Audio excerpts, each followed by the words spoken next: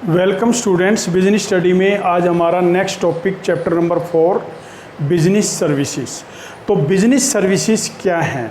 तो देखिए, जो हमारी बिजनेस सर्विसेज हैं वो सर्विसेज हैं जो हमारे बिजनेस को सक्सेसफुल रन करने के लिए हेल्पफुल होती हैं, जिनकी सहायता से हम अपने बिजनेस को सक्सेसफुली रन कर सकते हैं। उन सर्विस के बगैर जो हमारा बिजनेस है वो जीरो बन जाता है, बिजनेस का कोई भी रोल नहीं होता है। जैसे बैंकिंग सर्विस है। अब बैंकिंग सर्विस क्या है कि बिजनेस को टाइमली कैपिटल की रिक्वायरमेंट होती है, पैसे की रिक्वायरमेंट होती है, तो जो बैंक हैं बिजनेस को लोन देकर उस रिक्वायरमेंट को पूरा करते हैं। तो बिजनेस के लिए बैंक जो है काफ़ी रोल प्ले करते हैं। इंश्योरेंस कंपनी क्या होती है कि अब बिजनेस में जो भी हम डीलिंग कर रहे हैं उसमें रिस्क इन्वॉल्व होता है। अब जब उसमें रिस्क इन्वॉल्व होता है तो बिजनेस उस रिस्क से बचने के लिए अपने गुड्स का इंश्योरेंस करा लेता है, और 1 साल के दौरान गुड्स में किसी भी प्रकार की कोई डैमेज होता है, कोई लॉस होता है, तो उसकी पूर्ति बीमा कंपनी के द्वारा की जाती है। तो जो इंश्योरेंस कंपनी है वो भी काफ़ी रोल प्ले करती है।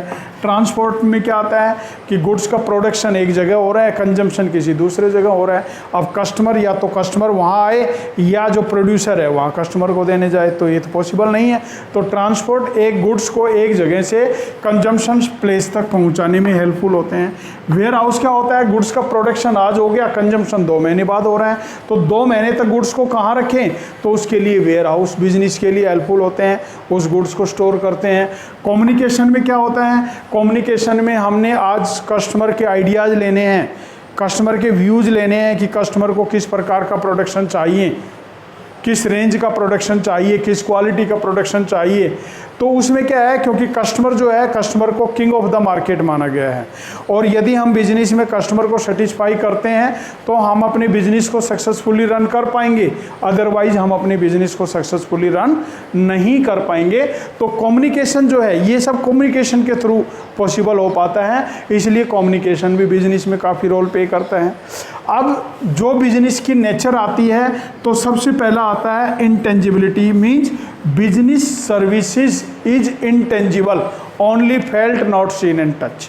यानी जो बिजनेस सर्विसेज है ना वो इंटेंजिबल है, उनको हम केवल महसूस कर सकते हैं, ना देख सकते हैं, ना छू सकते हैं।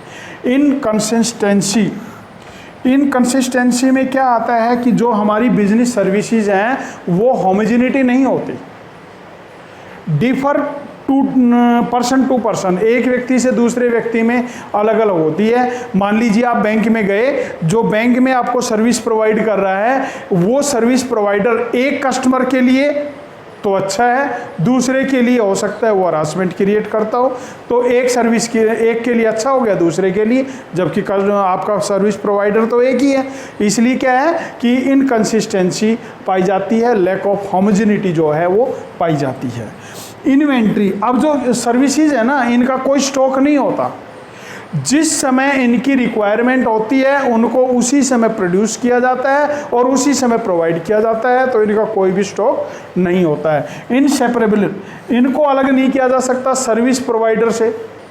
सर्विस प्रोवाइडर इसमें इंक्लूड होता है, उसी समय जब सर्विस प्रोवाइड की जाती है तो जो सर्विस प्रोवाइडर है वो भी उसमें वहाँ प्रेजेंस होता है, यानी उसको इनसेपरेबल, यानी उसको सेपरेट नहीं किया जा सकता। कस्टमर पार्टिसिपेशन होना ज़रूरी है, जिस कस्टमर को हम सर्विस प्रोवाइड कर रहे हैं उसका होना वहाँ ज़रूरी है। ये नहीं है कि वहाँ कस्टमर नहीं है और हम सर्विस प्रोवाइड कर रहे हैं, that is not possible, customer का होना ज़रूरी है। अब इसमें टाइप्स, वैसे तो आपको बताया जा चुका है। बैंक क्या करते हैं, बिजनेस को लोन देते हैं, बिजनेस में जो कैपिटल की रिक्वायरमेंट होती है उसको पूरा करते हैं। इंश्योरेंस कंपनी क्या करती है, बिजनेस में जो भी रिस्क इन्वॉल्व होते हैं उनसे बिजनेस को बचाते हैं। ट्रांसपोर्टेशन, बिजनेस के गुड्स को एक जगह से दूसरे जगह पर पहुंचाने में हेल्पफुल होते हैं। वेयर हाउस, जो बिजनेस के द्वारा गुड्स का प्रोडक्शन किया गया है उसको स्टोर करने में हेल्पफुल होते हैं जब तक उनका कंजम्पशन नहीं हो जाता है। और कम्युनिकेशन में जो बिजनेस के आइडियाज़ हैं और जो कस्टमर के आइडियाज़ हैं उनको एक दूसरे के बीच किस प्रकार से कम्युनिकेट करना है, जिससे कि एक बिजनेस को सक्सेसफुली रन किया जा सके, तो कम्युनिकेशन भी उसमें काफ़ी महत्वपूर्ण रोल प्ले करता है। इसके बाद इसमें हमारा टॉपिक आता है कॉमर्शियल बैंक क्या होते हैं। कॉमर्शियल बैंक वो बैंक होते हैं जो लोगों से, पीपल से, उनके पास जो सरप्लस मनी होती है सेविंग के रूप में, डिपॉजिट के रूप में एक्सेप्ट करते हैं, और यदि उनको मनी की रिक्वायरमेंट होती है तो लोन के रूप में उनको मनी प्रोवाइड करते हैं।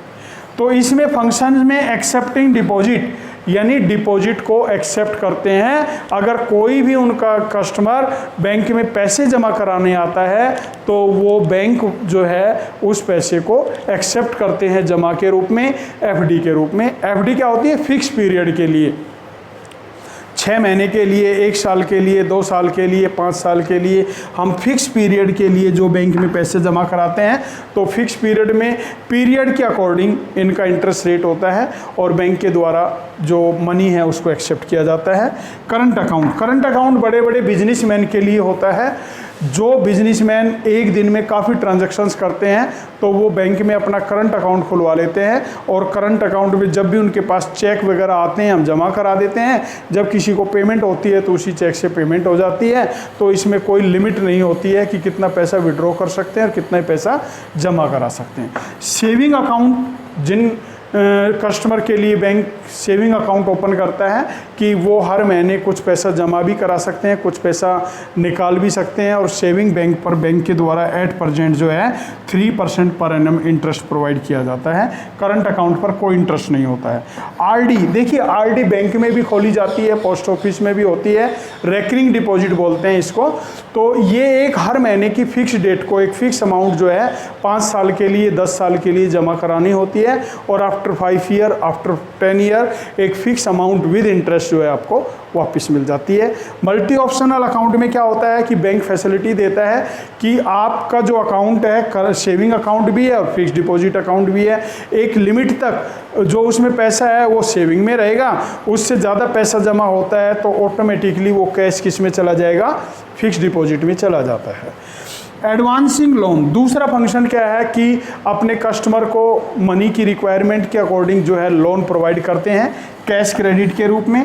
कैश क्रेडिट के रूप में क्या होता है कि जैसे क्रेडिट कार्ड इशू कर दिया, एक लिमिट फिक्स कर दी कि आप जो है ना इसमें 1 लाख रुपए तक का उधार पैसा निकाल सकते हो, 50,000, अलग अलग कस्टमर के अकॉर्डिंग अलग अलग लिमिट फिक्स कर देते हैं और कस्टमर अपना उस पैसे को यूज करता है।